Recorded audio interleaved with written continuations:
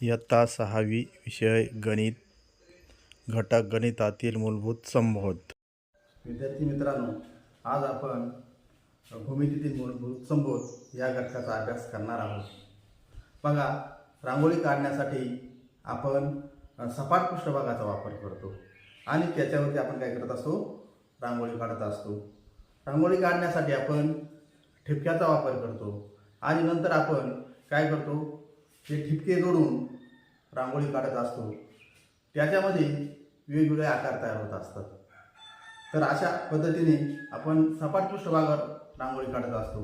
बघा विद्यार्थी मित्रांनो, तुम्हाला जर म्हटलं की बैलाच्या पाठीवरती रांगोळी काढा, रांगोळी काढता येईल का?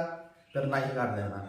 तर आज आपण भूमितीत जे काही मूलभूत संबोध आहेत, ज्या काही संकल्पना आहेत, त्या प्रत्यक्ष बघूयात.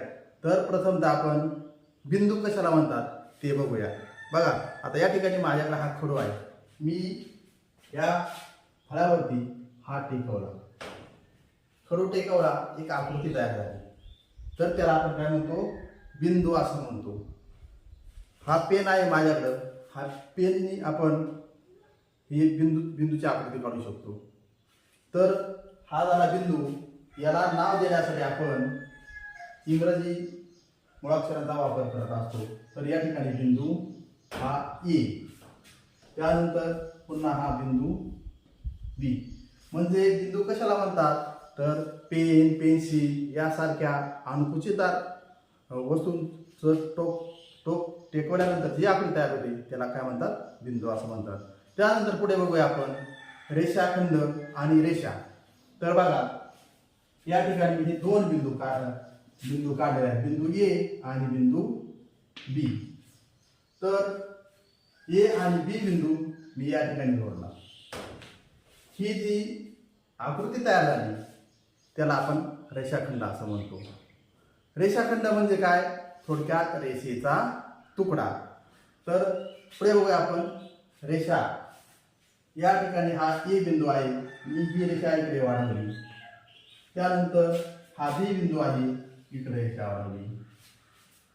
ही रेषा दोन्ही टोकांना अमर्याद वाढत जाणारी असते.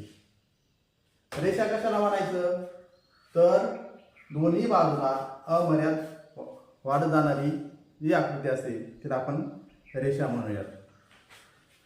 त्यानंतर आपण बघूयात किरण. किरण हा एका बिंदूतून निघून दुसऱ्या दिशेला हा वाढत जाणारा असतो. म्हणजे बघा, या ठिकाणी पी बिंदू आहे, पी बिंदूतून निघून तो हा या ठिकाणी क्यू बिंदू पुढे गेला आणि पुढे वाढत गेला. म्हणजे किरण एका बिंदूतून निघून दुसऱ्या दिशेला वाढत जाणारा असतो.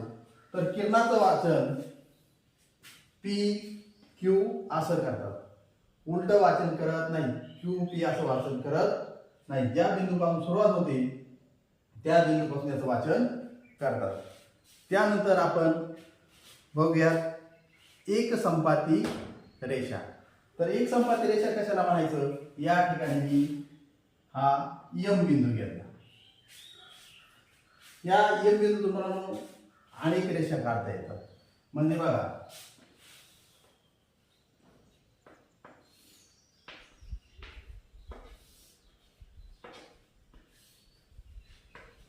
तर हा यम बिंदू झाला.